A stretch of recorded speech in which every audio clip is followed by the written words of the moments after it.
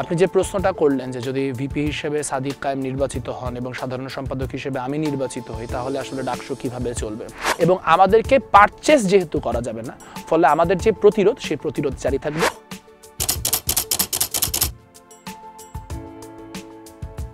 আমি যখন থেকে ঢাকা বিশ্ববিদ্যালয়ে এসেছি তখন থেকে আসলে একটা দীর্ঘ সময় আমাদের গিয়েছে বিভিন্ন রকম সরকারের, যেই তৎকালীন যে আওয়ামী লীগ সরকার, সেই আওয়ামী লীগ সরকারের বিভিন্ন দুর্নীতি বলুন, বিভিন্ন রকম অপশাসন বলুন, এবং তার যে স্বৈরাচারী প্রবণতা, এই স্বৈরাচারী প্রবণতাগুলোর বিরোধিতা করতে করতে, এবং আমরা মনে করি যে আসলে আমাদের দীর্ঘদিনের যেই একটা সময় ছিল যখন ছাত্রদল ক্যাম্পাসে ঢুকতে পারতো না এবং প্রচণ্ড পরিমাণে একটা স্বৈরতান্ত্রিক পরিবেশ যেটা ক্যাম্পাসে বিরাজমান ছিল, সেই সময় আমরা আমাদের মুষ্টিমেয় যেই জনশক্তি তা নিয়ে প্রায় ক্যাম্পাসে প্রতিটা ঘটনার প্রতিবাদ জানিয়ে গিয়েছি।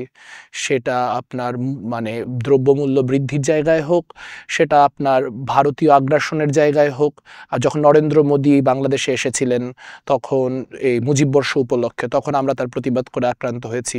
আমরা ডিজিটাল সিকিউরিটি অ্যাক্টের বিরুদ্ধে দীর্ঘদিন লড়াই করেছি, আমরা শ্রমিকের অধিকারের প্রশ্নে লড়াই করেছি, আমরা ক্যাম্পাসে যে কোনো হ্যারাসমেন্টের ঘটনায় কথা বলেছি।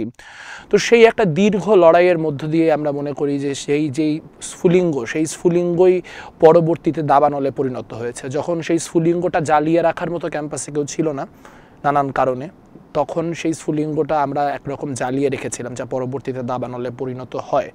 তো সেই জায়গা থেকে ২৪-এর অভ্যুত্থানের আমরা নিজেদেরকে একটা খুব গুরুত্বপূর্ণ অংশীদার মনে করি।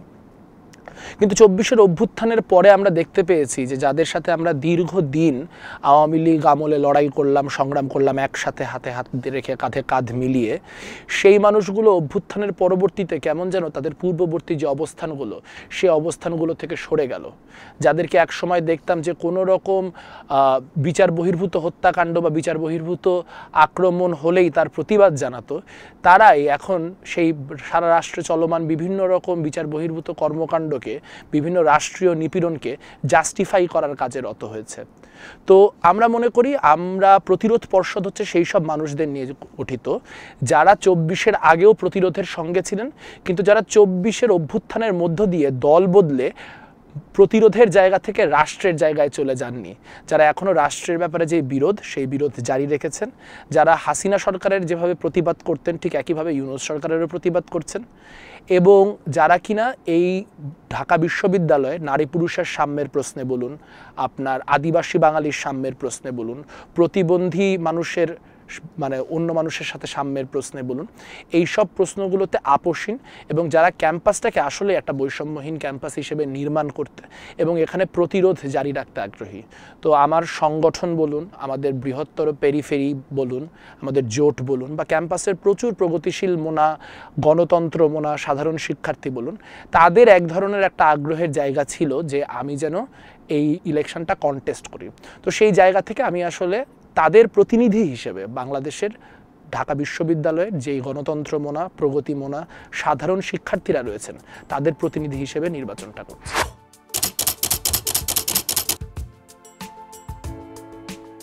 ক্যাম্পাস এবং গোটা দেশ জুড়ে যে ধরনের প্রতিক্রিয়াশীলতা, যে ধরনের মব সন্ত্রাস, যেভাবে ধর্মীয় জাতিগত সংখ্যালঘুদের উপর নিপীড়ন এবং আপনার নারীদের উপর মোরাল পুলিশিং এবং বিভিন্ন রকম কি বলবো অগণতান্ত্রিক চর্চা চলছে, অনেক শিক্ষার্থী সেটিকেই ক্যাম্পাসের প্রধান সংকট হিসেবে শনাক্ত করছেন। আবার একই সঙ্গে অনেক শিক্ষার্থী যৌক্তিকভাবেই মনে করছেন যে এখানে মূল সংকটের জায়গাটি হচ্ছে গেস্ট রুম, গণরুম এবং একটা আধিপত্যবাদী একটা ব্যবস্থা, যেটাকে হয়তো কোনো কোনো ক্ষেত্রে সেকুলারিজমের মোড়কে আপনার জাস্টিফাই করার একটা চেষ্টা, যেটা আওয়ামী লীগ বা ছাত্রলীগ করেছিল সেটা ছাত্রদল করবে, এরকম একটা প্রবণতাও রয়েছে। তো আমরা দেখতে পাচ্ছি যে এক শিক্ষার্থীদের একাংশের কাছে প্রধান ভয়ের জায়গাটা হচ্ছে যে এই প্রতিক্রিয়াশীলতা এবং যে মব সন্ত্রাসের যেই প্রবণতাগুলি গোটা দেশ জুড়ে চলছে এবং ক্যাম্পাসের ভিতরেও চলছে। আপনারা জানেন যে একজন হ্যারাজার, যিনি কিনা একজন নারী শিক্ষার্থীকে তার ড্রেস নিয়ে স্লাট শেম করেছেন, তাকে পরবর্তীতে কীভাবে ফুলের মালা পরিয়ে বরণ করে নেওয়া হয়েছে। তো আমরা সেগুলো যেমন দেখতে পেয়েছি, আবার একই সঙ্গে আমরা দেখতে পেয়েছি যে হচ্ছে বিভিন্ন ফর্মে গেস্ট রুম, গণরুম ফিরিয়ে নিয়ে আসার এক ধরনের ষড়যন্ত্র বা এক ধরনের কি বলবো সম্ভাবনাও বিরাজমান।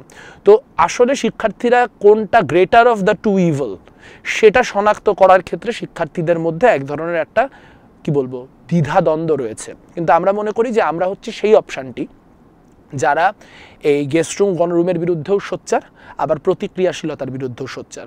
কাজে আমাদের সামনের দিনের রাজনৈতিক চ্যালেঞ্জ হচ্ছে যে একই সঙ্গে কিভাবে এই গেস্ট রুম গণরুমের প্রবণতা এবং দলীয় সরকারের আন্ডারে একটা বিশ্ববিদ্যালয়কে চলার যেই সম্ভাবনা সেটার বিরুদ্ধে লড়াই জারি রাখা, আবার একই সঙ্গে মব সন্ত্রাস, প্রতিক্রিয়াশীলতা, স্লাট শেমিং, নারী পুরুষের বৈষম্য তার বিরুদ্ধে এক ধরনের লড়াই জারি রাখা।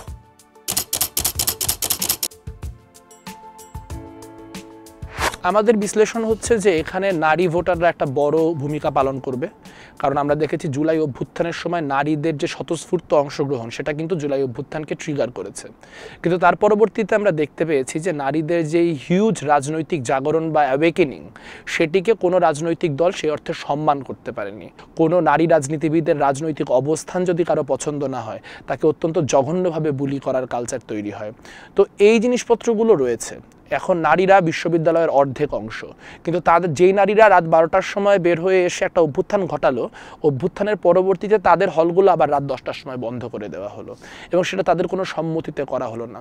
আপনারা জানেন যে ঢাকা বিশ্ববিদ্যালয়ে একজন শিক্ষার্থী, আপনি যদি ঢাকা বিশ্ববিদ্যালয়ের শিক্ষার্থী নাও হন, আপনি যদি ধরুন রাত 11টার পরে চান, আপনি অনায়াসে কোনো ছেলেদের হলে চলে যেতে পারবেন। কিন্তু একজন নারী যদি ঢাকা বিশ্ববিদ্যালয়ের শিক্ষার্থীও হন, তিনি যদি শামসুন্নাহার হলের শিক্ষার্থী হন, তিনি রোকেয়া হলে ঢুকতে পারবেন না, কিংবা তিনি যদি রোকেয়া হলের শিক্ষার্থী হন তিনি সুফিয়া কামাল হলে ঢুকতে পারবেন না। আবার আমরা দেখতে পাচ্ছি যে হচ্ছে এই নারীদের জন্য আপনার যেই মেডিকেল সার্ভিসগুলো প্রয়োজন, যেহেতু রাত 10টার মধ্যে তাদের সেখানে আপনার হলের গেট বন্ধ করে দেওয়া হচ্ছে, অথচ কথা ছিল নারীদের প্রত্যেকটা হলে ফার্মেসি তৈরি করা হবে, সেটা বিশ্ববিদ্যালয় প্রশাসন একদম অভ্যুত্থানের পরপরই প্রমিস করেছিলেন, কিন্তু সেগুলি আর হচ্ছে না। তো আমরা দেখতে পাচ্ছি নারীদেরকে রাজনীতি থেকে নাই করে দেওয়া, নারীদের যেই কি বলবো অ্যাক্টিভ রোল সেটা যাতে আর না থাকে সেটাকে নিশ্চিত করার একটা কনসেন্ট্রেটেড এফার্ট রয়েছে। আমার মনে হয় যে যারা নারীদেরকে এই নির্বাচনে আশ্বস্ত করতে পারবেন যে আপনার হিজাব পরার এবং না পরার দুটোরই স্বাধীনতা আমরা নিশ্চিত করতে পারবো, আপনার মানে ধর্ম চর্চা করার এবং ধর্ম না চর্চা করার দুটোরই স্বাধীনতা আমরা নিশ্চিত করতে পারবো, আপনার ব্যক্তি স্বাতন্ত্র্য এবং আপনার যেই রাজনৈতিক এক্সপ্রেশন তার নিরাপত্তা আমরা নিশ্চিত করতে পারবো, এবং মোদ্দা কথা আপনাদের জন্য আমরা একটা এমন বিশ্ববিদ্যালয় নির্মাণ করতে পারবো যেই বিশ্ববিদ্যালয়ে আপনারা সেকেন্ড ক্লাস সিটিজেন না। যারা এই আশ্বস্তিটা নারীদেরকে পরিপূর্ণভাবে দিতে পারবেন তাদের নির্বাচনে বিজয়ী হওয়ার, নির্বাচনে ভালো করার একটা সমূহ সম্ভাবনা রয়েছে। এর বাইরে আপনার ধর্মীয় জাতিগত সংখ্যালঘুদের নিশ্চয়ই তাদের মতো করে নানান রকম দুশ্চিন্তা রয়েছে এবং তাদের নানান রকম ক্রাইসিস রয়েছে। সো ধর্মীয় জাতিগত সংখ্যালঘুরাও এই ক্ষেত্রে একটা বড় ভূমিকা পালন করবেন। এর বাইরে আরেকটা খুব বড় গুরুত্বপূর্ণ জিনিস হচ্ছে যে এই ইলেকশনে আসলে নন রেসিডেন্ট যারা, তারা কি পরিমাণ ভোট দিতে আসবে সেটা ইলেকশনের একটা বড় ফ্যাক্টর হবে। কারণ ঢাকা বিশ্ববিদ্যালয় নিয়ে যখন আমরা আলোচনা করি, আমরা প্রাথমিকভাবে ঢাকা বিশ্ববিদ্যালয়ের যারা রেসিডেন্ট শিক্ষার্থী, আবাসিক শিক্ষার্থী, তাদেরকে কেন্দ্র করেই কিন্তু আলোচনাটা করি। কিন্তু ঢাকা বিশ্ববিদ্যালয়ের অধিকাংশ শিক্ষার্থী কিন্তু অনাবাসিক। এখন ডাকসুর সাথে তাদের চাওয়া পাওয়াটা কীরকম? মনে করুন ডাকসুতে 19টা হলে হল সংসদ নির্বাচন হয়, কিন্তু কোনো অনুষদে কিন্তু অনুষদ ভিত্তিক প্রতিনিধিত্ব নেই। কাজে যেই ছেলেটা ধরুন নন রেসিডেন্ট, তার তো আসলে হলের সাথে সেভাবে করে অ্যাজ সাচ কোনো কানেকশান নেই, কিন্তু আপনি তো তার যেই মানে প্রাত্যহিক জীবন, শিক্ষা জীবন, সেই শিক্ষা জীবনের সাথে প্রাথমিকভাবে কানেক্টেড কী তার সাথে প্রাথমিকভাবে কানেক্টেড তার ডিপার্টমেন্ট, তার ফ্যাকাল্টি। কিন্তু ডিপার্টমেন্ট ভিত্তিক কোনো ক্রাইসিস তৈরি হলে সেই ক্রাইসিস রিজলভ করার কোনো উপায় ডাকসুর কাছে নেই। আমরা আমাদের জায়গা থেকেই ডাকসু নির্বাচনের অনেক আগে থেকেই এই দাবি করে আসছিলাম যে অনুষদ ভিত্তিক যেই প্রতিনিধিত্ব, সেই অনুষদ ভিত্তিক প্রতিনিধিত্ব নিশ্চিত করতে হবে, অর্থাৎ ফ্যাকাল্টি ভিত্তিক নির্বাচন দিতে হবে। সেটি প্রশাসন দেয়নি। কিন্তু এই যারা নন রেসিডেন্ট শিক্ষার্থী, তাদের স্বার্থের জন্য যেই প্যানেল তাদেরকে কনভিন্স করতে পারবে যে আপনার স্বার্থের জন্য আমরা কাজ করব, তারাই হচ্ছে তাদেরকে ভোটের দিন টার্ন আউট করাতে পারবে এবং সেখানে নন রেসিডেন্ট শিক্ষার্থীরা একটা বড় ভূমিকা পালন করবে। তো আমি যদি সহজ করে বলি তাহলে নারী শিক্ষার্থীরা একটা বড় রোল প্লে করবে, এখানে আপনার নন রেসিডেন্ট শিক্ষার্থীরা একটা বড় রোল প্লে করবে এবং ধর্মীয় জাতিগত সংখ্যালঘু যারা আছেন তারা একটা বড় রোল প্লে করবে।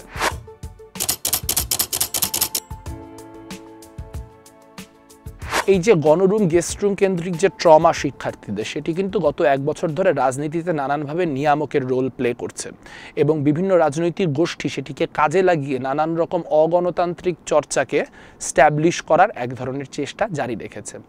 আপনারা জানেন যে অতীতে বারবার হচ্ছে কৃত্রিমভাবে বিশ্ববিদ্যালয়ে আবাসন সংকট জিইয়ে রাখা হয়েছে, যাতে করে একজন শিক্ষার্থীকে রাজনৈতিকভাবে কনভিন্স না করেও স্রেফ সিটের প্রয়োজনে তাকে দিয়ে বিভিন্ন দলের মিটিং মিছিল করানো যায়। তো আমরা আসলে অভ্যুত্থানের পরবর্তী থেকেই বলে আসছি যে আমাদের আবাসন সংকট আমাদের প্রধান সংকট। আমরা যদি একটা পূর্ণাঙ্গ আবাসনের বিশ্ববিদ্যালয় নির্মাণ করতে পারি তাহলে এগুলো আর কোনো ক্রাইসিস থাকবে না। কারণ একটা পূর্ণাঙ্গ আবাসনের বিশ্ববিদ্যালয় থাকলে একটা শিক্ষার্থী সে রাজনীতি করুক আর না করুক, সে তো তার মতো করে সিট পেয়ে যাচ্ছে। ফলে তাকে কাজে লাগিয়ে বা তাকে একদম মানবেতর পরিস্থিতিতে রেখে তাকে দিয়ে দলের মিটিং মিছিল করানোর যেই কালচার, সেই কালচার ফিরে আসা থেকে যদি আমাদের ঠেকাতে হয়, তাহলে আমাদের একটা পূর্ণাঙ্গ আবাসনের বিশ্ববিদ্যালয় লাগবে। এবং এই পূর্ণাঙ্গ আবাসনের বিশ্ববিদ্যালয় কিন্তু আসলে এত কোনো আকাশ কুসুম কল্পনা না। আপনারা জানেন যে ঢাকা বিশ্ববিদ্যালয়ে শেখ রাসেল টাওয়ারের মতো একটা টাওয়ার হয়েছে ঢাকা বিশ্ববিদ্যালয়ের যে কর্মচারী তাদের জন্য।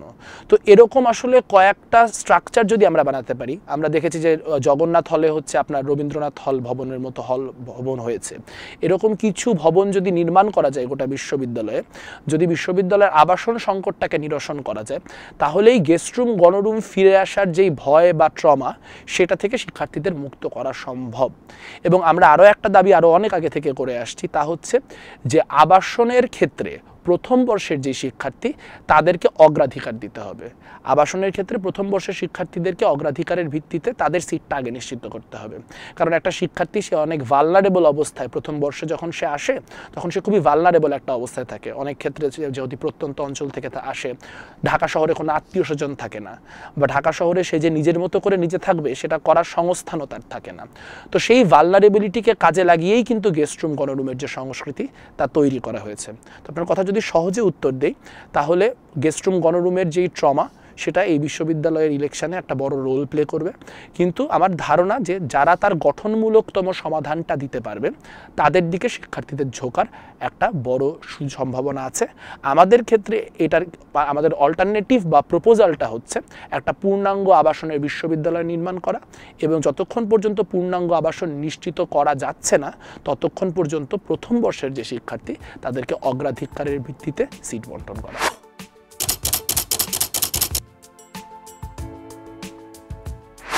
আমাদের যে ডিটেলড ইশতেহার সেটা এখনও প্রস্তুত হচ্ছে। তো আমি আসলে একদম ডিটেলে গেলে হয়তো এমন কিছু হতে পারে যে আমি কন্ট্রাডিক্টরি কিছু বলবো, কাজে আমি ফুল আপনার ইশতেহারে যাব না, আমি আমাদের বেসিক কমিটমেন্টের জায়গাটা বলি।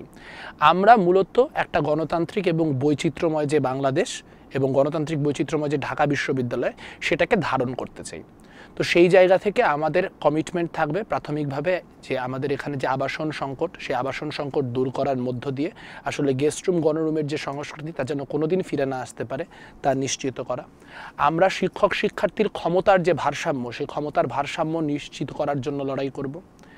আমাদের একটা বড় লড়াই থাকবে যে এখানে যেসব প্রান্তিক জনগোষ্ঠী থেকে মানুষজন পড়াশোনা করতে আসেন, তাদের যে অধিকার তা যেন নিশ্চিত হয়, সেই ক্ষেত্রে সেটা একটা বড় কমিটমেন্টের জায়গা আমাদের থাকবে। এবং আমরা সবথেকে ডেমোক্রেটিকভাবে বিশ্ববিদ্যালয়টি চালানোর চেষ্টা করব। অর্থাৎ আমরা যদি নির্বাচিত হই, আমরা শিক্ষার্থীদের কনস্ট্যান্ট ফিডব্যাকের মধ্য দিয়েই আসলে বিশ্ববিদ্যালয়টিকে চালানোর চেষ্টা করব। এবং ডাকসুর গঠনতন্ত্রকে আসলে কিভাবে করে মেন্ট করে এমন একটা অবস্থা নিশ্চিত করা যায় যাতে করে প্রত্যেক বছর ডাকসু হয়, সেটি নিশ্চিত করাও আমাদের একটা বড় লক্ষ্য থাকবে।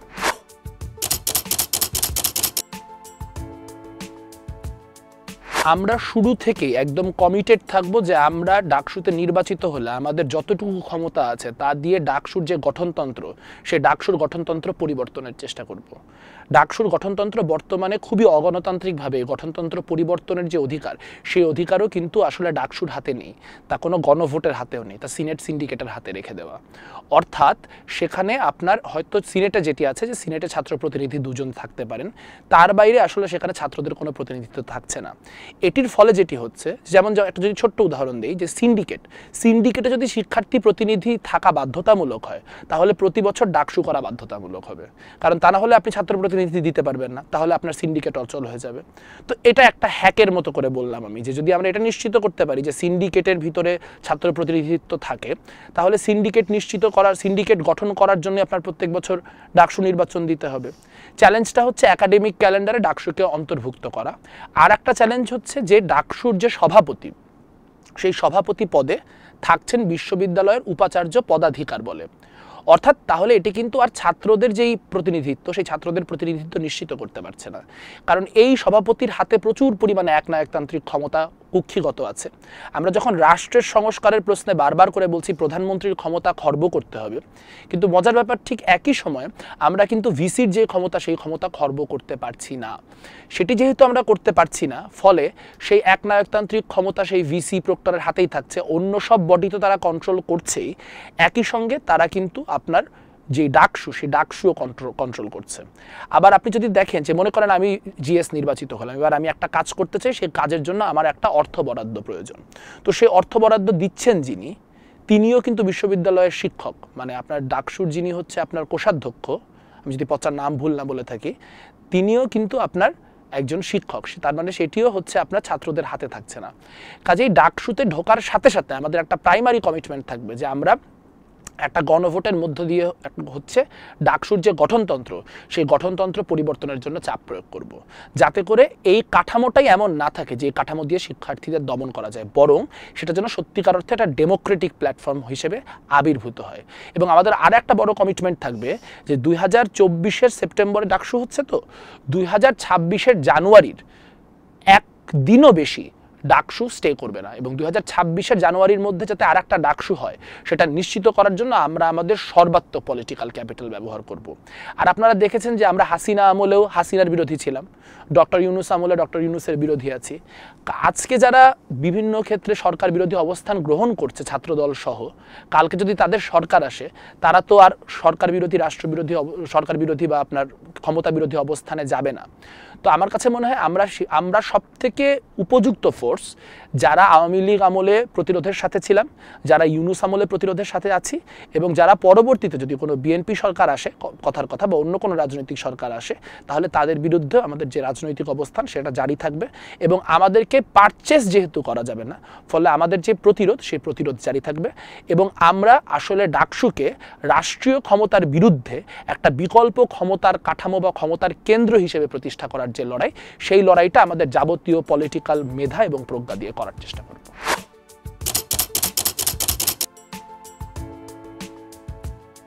আসলে ডাকসুর এটা একটা খুব দুঃখজনক দিক, যেটা শেষমেশ একটা পপুলারিটি কন্টেস্টে পরিণত হয়, যে কে কত বেশি পপুলার বা কাকে শিক্ষার্থীরা ব্যক্তি মানুষ হিসেবে কতটুকু পছন্দ করে, যার ফলে প্ল্যাটফর্ম বলুন, ম্যানিফেস্টো বলুন, এগুলো অনেক ক্ষেত্রে কম গুরুত্বপূর্ণ হয়ে ওঠে। তো আমি সেটাতে অত বেশি কন্ট্রিবিউট করতে চাই না যে এ এমন ও তেমন, এই ব্যক্তিগত পপুলারিটি কন্টেস্টে আমি আগ্রহী না। কিন্তু আমি এইটুকু বলতে পারি যে যারা আছেন তাদের কারোর ক্ষেত্রে আসলে আমার ব্যক্তিগতভাবে কোনো বিষোদ্গার বা কুৎসা বা কোনো নিন্দা সেই অর্থে নেই। যারা আমার একদম সর্বোচ্চ পলিটিক্যাল এনিমি যদি আমি বলি, ধরা যাক জিএস পদে আমার পোলার অপোজিট ক্যান্ডিডেট হচ্ছে ছাত্র শিবিরের এস এম ফরহাদ। তো তার সাথে যেই ফাইটটা, সেই ফাইটটা আইডিওলজিক্যাল ফাইট। সেই ফাইটের কারণে বিষয়টি এমন না যে তাকে আমি ব্যক্তি মানুষ হিসেবে অপছন্দ করি বা ইয়ে করি। ইনফ্যাক্ট তিনি যে কাজটা করেন, সে কাজটা খুবই জটিল। আমি মানে মাঝে মজা করে বলছিলাম যে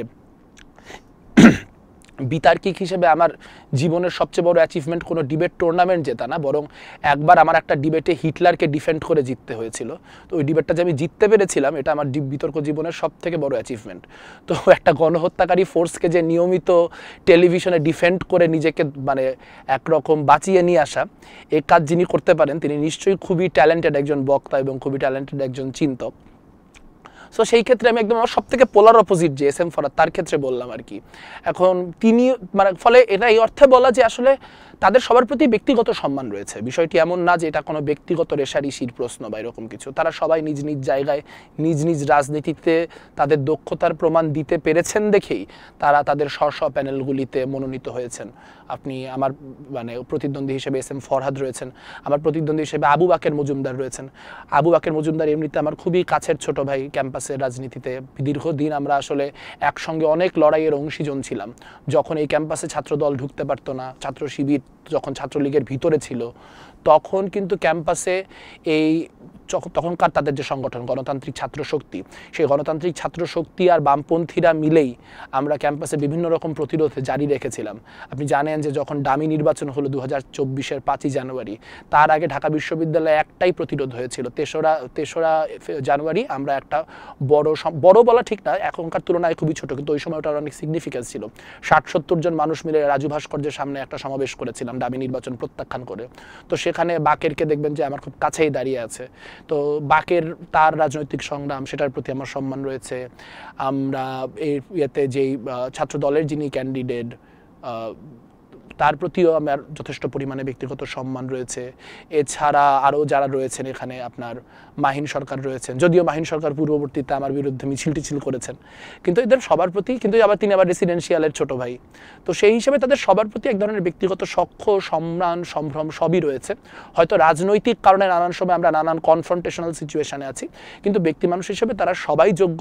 আমি ব্যক্তি মানুষ হিসেবে নিজের যোগ্যতার ভিত্তিতে আসলে ভোট চাইতে যাব না।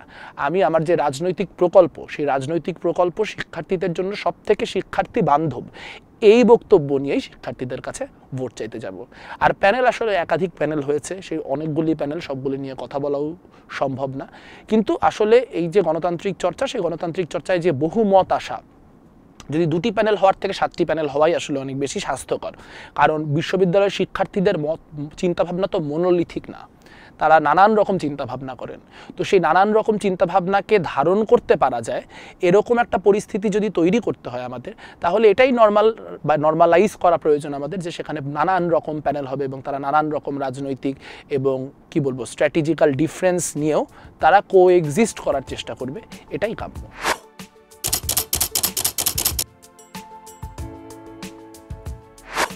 আমাদের কাছে মনে হয় যে আমরা যখন বলছি নির্বাচনে মোটেই লেভেল প্লেয়িং ফিল্ড নেই, তখন আমরা প্রাইমারিলি অনলাইনের দিকে ইন্ডিকেট করছি।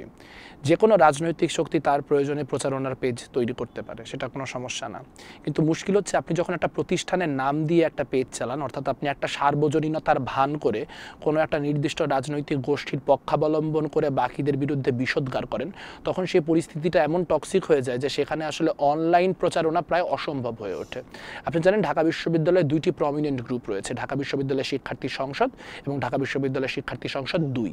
এর 1 নম্বর গ্রুপটি চালান প্রধান অ্যাডমিন যিনি, তার নাম হচ্ছে জুলিয়াস সিজার তালুকদার, যিনি পতিত আওয়ামী লীগের যে স্বৈরাচার, সেই স্বৈরাচারের আমলের একজন গুরুত্বপূর্ণ ক্রীড়ানক ছিলেন, যিনি SM হলে একাধিক শিক্ষার্থীর উপর অত্যাচার নির্যাতনের সঙ্গে জড়িত। আমাদের যিনি ভিপি পদপ্রার্থী ইমি আপাকেও তিনি অতীতে লাঞ্ছিত করেছেন, যখন ইমি আপা সহ অনেক রাজনৈতিক লোক সেই SM হলে গিয়েছিলেন আপনার একজন শিক্ষার্থীকে পিটানোর কারণে, তাকে পিটিয়ে বের করে দেওয়ার পরে তাকে হলে আবার পুনর্বাসিত করতে, তখন তাদের উপর ডিম নিক্ষেপ থেকে শুরু করে অনেক কিছু তিনি করেছেন। তো সেই ব্যক্তি এখন সাধারণ শিক্ষার্থীর বেশ ধরে একটা অনলাইন গ্রুপ চালাচ্ছেন। আর শিক্ষার্থী সংসদ 2 যদি আপনি দেখেন, তাহলে দেখবেন হলপাড়ার যেই মবস্টাররা গত 11 মাসে একাধিক মবের সৃষ্টি করেছে এবং নানান রকম উল্টোপাল্টা কাজকর্ম করেছে, তারা হচ্ছে বিশ্ববিদ্যালয় শিক্ষার্থী সংসদ 2 চালাচ্ছেন। এর বাইরেও শিবিরের অনেকগুলি পেজ রয়েছে, যেগুলি বিশ্ববিদ্যালয় শিক্ষার্থী সংসদের ছাড়াও আপনার ডিউ ইনসাইডার্স ইত্যাদি ইত্যাদি নামে। তো এই পেজগুলির নাম উল্লেখ করার কারণ হচ্ছে যে এগুলি অনেক ক্ষেত্রে অনলাইন ন্যারেটিভকে নিয়ন্ত্রণ করছে, সেটি আমাদের জন্য একটা প্রচণ্ড প্রতিকূলতা সৃষ্টি করেছে। কারণ এসব জায়গায় আমাদের নামে যে পরিমাণ ডিসইনফরমেশন, যে পরিমাণ বিষোদ্গার, যে পরিমাণ গালিগালাজ, যে পরিমাণ ডিহিউম্যানাইজেশন হয়, সেটা মানসিকভাবে অনেকেই যারা লড়াইয়ে নতুন এসেছেন তাদের জন্য খুব কঠিন হয় নেওয়াটা। কিন্তু that's part of the job. বামপন্থীদের, প্রগতিশীলদের, গণতন্ত্রমনা মানুষরা কখনোই বাংলাদেশে লেভেল প্লেয়িং ফিল্ড পাননি। তো সেটাকে আমরা কিভাবে সাবভার্ট করতে পারি, কিভাবে আমরা আমাদের মতো করে শিক্ষার্থীদের সাথে অনলাইনে কমিউনিকেট করার অন্য চ্যানেল তৈরি করতে পারি, আমরা মূলত তাই নিয়েই ব্রেইনস্টর্মিং করছি। আপনার দর্শকরা যারা শুনছেন, তারা যদি আমাদেরকে কোনো রকম সাহায্য মানে সাজেশন, পরামর্শ দিতে চান, তাহলে তাহলে তাদের মোস্ট ওয়েলকাম। কারণ আসলে অনলাইনে যে প্রচারণাটা হচ্ছে সেই প্রচারণার ক্ষেত্রে একেবারেই লেভেল প্লেইং ফিল্ড নেই। এখানে আরেকটা কথা একটু ছোট্ট করে বলে রাখা দরকার যে 25 তারিখ থেকে অফলাইনে প্রচারণা শুরু হওয়ার কথা, কিন্তু অনলাইনে প্রচারণার ক্ষেত্রে কিন্তু কোনো বাধা দেওয়া নেই। ফলে অলরেডি অনলাইনে প্রচারণা কিন্তু চলমান, এবং সেই ক্ষেত্রে যারা প্রচুর টাকা পয়সা দিয়ে অনলাইন ইনফ্রাস্ট্রাকচার এতদিনে তৈরি করেছেন তারা একটা আনফেয়ার অ্যাডভান্টেজ অবশ্যই পাচ্ছে।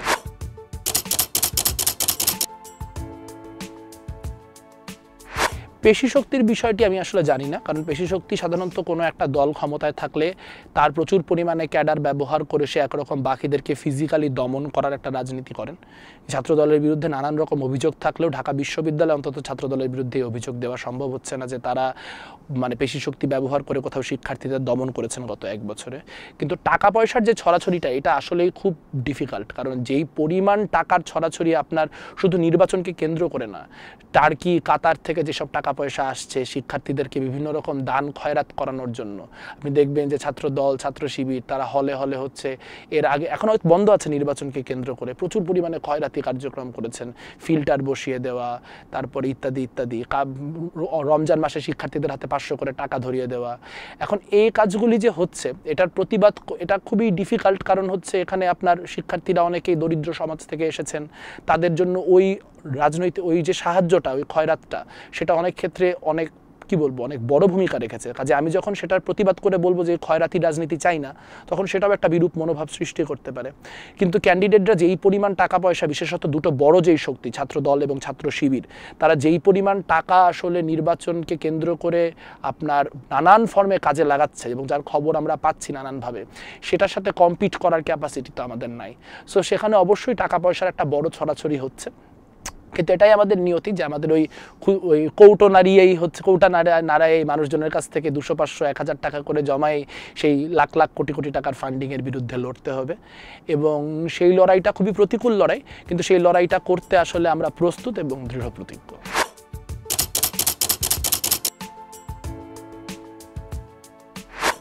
আমরা প্রাথমিকভাবে শিক্ষার্থীদেরকে মোবিলাইজেশনের উপরে রাখবো। আমরা জিতলাম এবং আমাদের ভোটাররা হলে ফিরে গেল, রুমে ফিরে গেল, তাহলে কোনো কিছু অ্যাচিভ করা সম্ভব না। কারণ কখনোই কোনো একক মানুষ কোনো কিছু অর্জন করতে পারে না। কোনো কিছু অর্জন করার জন্য সাংগঠনিক এবং সামষ্টিক লড়াইয়ের প্রয়োজন হয়। আমরা এই নির্বাচনকে আমাদের যে গণতান্ত্রিক লড়াই সেই লড়াইয়ের একটা অংশ হিসেবে দেখছি। আমরা জিতি বা হারি, এই নির্বাচনকে কেন্দ্র করে প্রচুর নতুন মানুষের সাথে আমরা ইন্টারকানেক্টেড হচ্ছি। সেই কানেকশনগুলি, সেই নেটওয়ার্কিংগুলি আমরা বজায় রাখতে চাই এবং সেগুলিকে কাজে লাগিয়ে ডাকসুর ভিতরে থাকি বা বাইরে থাকি জনগণকে ক্রমাগত মোবিলাইজ করে যৌক্তিক দাবিগুলির ব্যাপারে প্রশাসনকে চাপের মুখে রাখতে চাই এবং রাষ্ট্রকে চাপের মুখে রাখতে চাই। সেই চাপের মুখে রাষ্ট্রকে রেখে শিক্ষার্থীদেরকে নেতৃত্ব দিয়ে তাদের যে দাবি দাওয়াগুলো সেই দাবি দাওয়াগুলো আমরা আদায় করে নিয়ে আসতে চাই। আমরা প্রশাসনের সাথে কোনো ধরনের নেগোসিয়েশন চাই না, আমরা রাষ্ট্রের সাথে কোনো ধরনের নেগোসিয়েশন চাই না।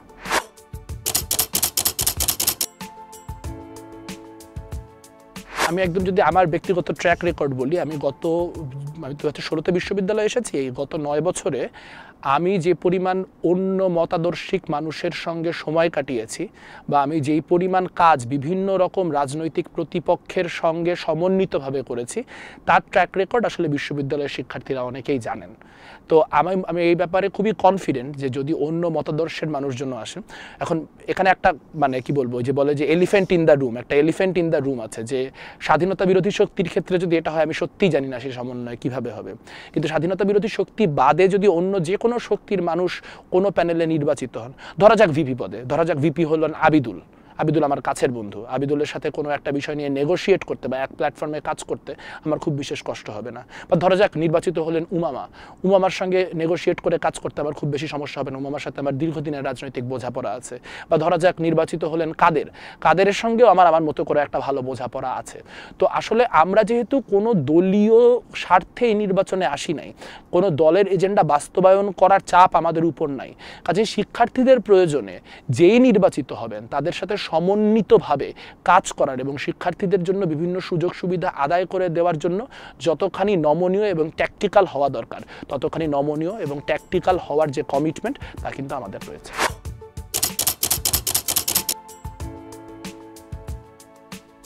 নির্বাচনে লেভেল প্লেয়িং ফিল্ড নেই, কারণ আমরা শুরু থেকে দেখেছি প্রশাসনের শিবির এবং বাকছাসের প্রতি এক ধরনের একটা পক্ষপাতমূলক অবস্থান রয়েছে। যেহেতু জাতীয় পর্যায়ে বিএনপি হচ্ছে একটা শক্তিশালী ফোর্স, কাজে তারা তাদের এক্সটার্নাল ফোর্স ব্যবহার করে তাদের জন্য অনেক ক্ষেত্রে নানান কিছু নিশ্চিত করার চেষ্টা করতে পারছে। এখানে আসলে সব থেকে বাজে পরিস্থিতিতে আছি আমরা, আমাদের জন্য পরিস্থিতি সব থেকে বেশি প্রতিকূল এবং আমাদের জন্য কোনোভাবেই প্লেয়িং ফিল্ড লেভেল না। কিন্তু ওই যে প্রথমে বললাম যে বাংলাদেশে যারা দীর্ঘদিন শ্রমজীবী মানুষের পক্ষে কথা বলেছেন, প্রান্তিক মানুষের পক্ষে কথা বলেছেন, পরিবেশবাদের কথা বলেছেন, নারীর সাম্যের কথা বলেছেন, আপনার অ্যানিম্যাল ওয়েলফেয়ারের কথা বলেছেন, তাদের জন্য তো কখনোই ফিল্ড লেভেল ছিল না।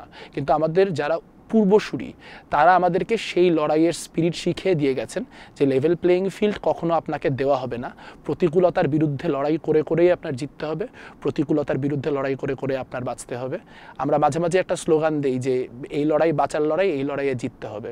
তো বাংলাদেশের যে পরিস্থিতি, সেই পরিস্থিতিতে আসলে যদি প্রতিক্রিয়াশীল ফোর্সটা ঢাকা বিশ্ববিদ্যালয়ের নেতৃত্বে চলে আসে, তাহলে একরকম শেষ যে আলোর প্রদীপটুকু সেটাও নিভে যাবে। কাজে ওই যে ওই লড়াই বাঁচার লড়াই, এই লড়াই বাঁচার লড়াই, এই লড়াইয়ে জিততেই হবে।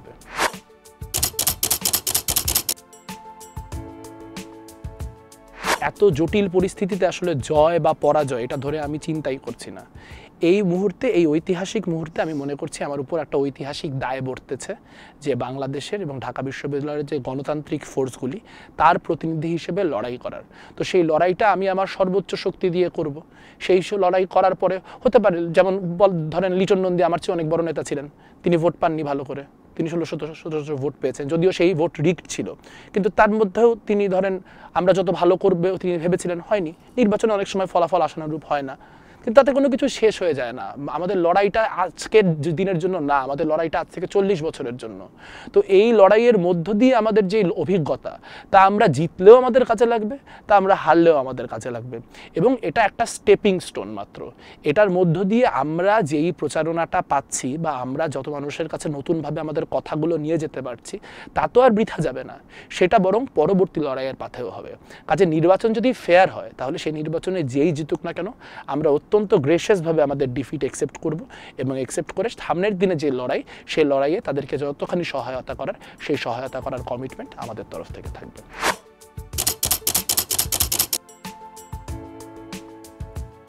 ক্রাউড ফান্ডিংয়ের একটা বড় ইনফ্রাস্ট্রাকচার তৈরি করছি। সেইগুলোর যে নাম মানে আইডি বলছি, আপনার যে অ্যাকাউন্টগুলি বলেন, বিকাশে হোক, নগদে হোক, ব্যাংকে হোক, সেগুলি ফেসবুকে আসলে সেই ইনফ্রাস্ট্রাকচার আপনারা খুব দ্রুত পেয়ে যাবেন। আমাদের যে শুভানুধ্যায়ীরা রয়েছেন, সেই শুভানুধ্যায়ীরা নানানভাবে আমাদের তাদের যে অল্প অল্প সামর্থ্য, সেই সামর্থ্য অনুযায়ী সহায়তা করার চেষ্টা করছেন। আমরা খুবই কমিটেড যে ইলেকশনে আমাদের যেই ফান্ডিং, তার পুরা ব্যাপারটা ট্রান্সপারেন্ট থাকা এবং জিতি হারি যাই ভোট পাই 9 সেপ্টেম্বর পর আমাদের তোলা প্রত্যেকটি টাকার যে হিসাব, সেই হিসাব জনগণের কাছে বুঝিয়ে দেওয়া।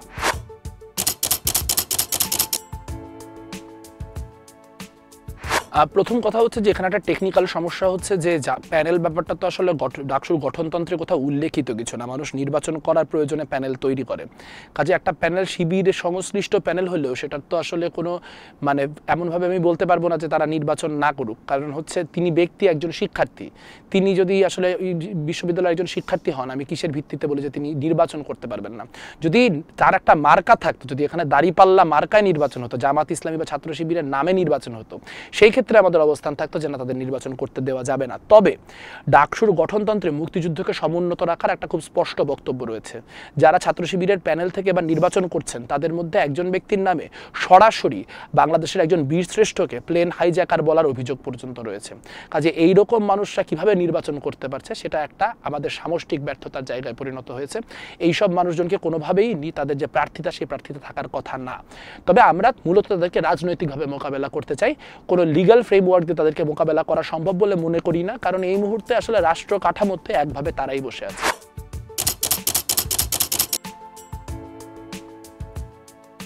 আপনি যে প্রশ্নটা করলেন যে যদি ভিপি হিসেবে সাদিক কায়েম নির্বাচিত হন এবং সাধারণ সম্পাদক হিসেবে আমি নির্বাচিত হই, তাহলে আসলে ডাকসু কিভাবে চলবে?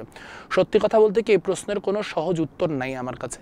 কিন্তু আমি যেটুকু বুঝতে পারি বা যেটুকু আমার আন্ডারস্ট্যান্ডিং, সেটি হচ্ছে যে তিনি যদি নির্বাচিত ভিপি হন এবং তিনি আসলে এমন কোনো সিদ্ধান্ত গ্রহণ করার চেষ্টা করেন যেই সিদ্ধান্ত আসলে এই বিশ্ববিদ্যালয়ের যে প্রান্তিক জনগোষ্ঠী রয়েছে, তা নারী হোক, ধর্মীয় সংখ্যালঘু হোক, সেগুলি তাদের অধিকারের প্রতি কোনোভাবে আপনার সাংঘর্ষিক, বা এমন কোনো অবস্থান তিনি যদি গ্রহণ করেন যা মুক্তিযুদ্ধের যে চেতনা সেই চেতনাকে কোনোভাবে ভুলুণ্ঠিত করে, তাহলে আমি আমার শেষ রক্তবিন্দু পর্যন্ত তার বিরুদ্ধে প্রতিরোধ করব।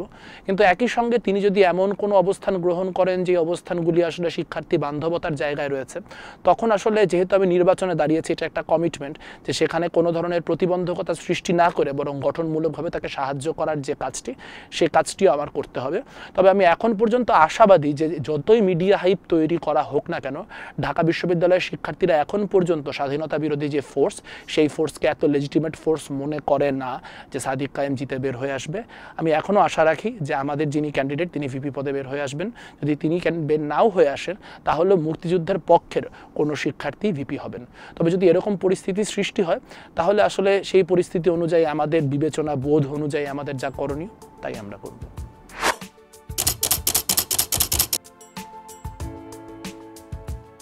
আমি বলতে চাই যে আপনার ভোটটা আপনি যখন দিবেন, তখন শুধুমাত্র নিজের কথা চিন্তা করেন না। হয়তো অনেক ক্ষেত্রে অনেক সংকট আপনাকে এফেক্ট করছে না, কিন্তু তার বাইরেও আপনার যেই পরিবার পরিজন, আপনার যে প্রতিবেশী, আপনার যে আশেপাশের মানুষ, তাদের কথাও একটু চিন্তা করবেন।